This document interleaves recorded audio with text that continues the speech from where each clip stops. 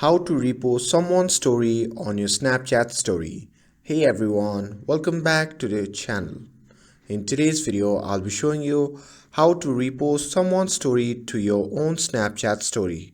But before we get started, make sure to like the video and subscribe to our channel. And now without further ado, let's get started. So first thing first, open the Snapchat app on your phone. And here, as you can see, even if you tap on the story of your friends, you won't see the option to repost. So here is the important part. So you can only repost a story if you are tagged in it.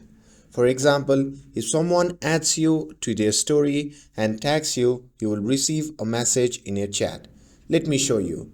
So if I tap on this version chat, here as you can see I have been tagged in their story. Now in the chat box there will be the option called add to story. From here you can simply tap on that button and it will let you repost the story directly to your own Snapchat story. And so to sum it up, you must be tagged in a story to repost it. And if you are not tagged, you won't have the repost option. And that's all there is to it. With this, if you found this video helpful, then don't forget to like, share and subscribe to get updated for more videos. Thanks for watching and I'll see you in the next video.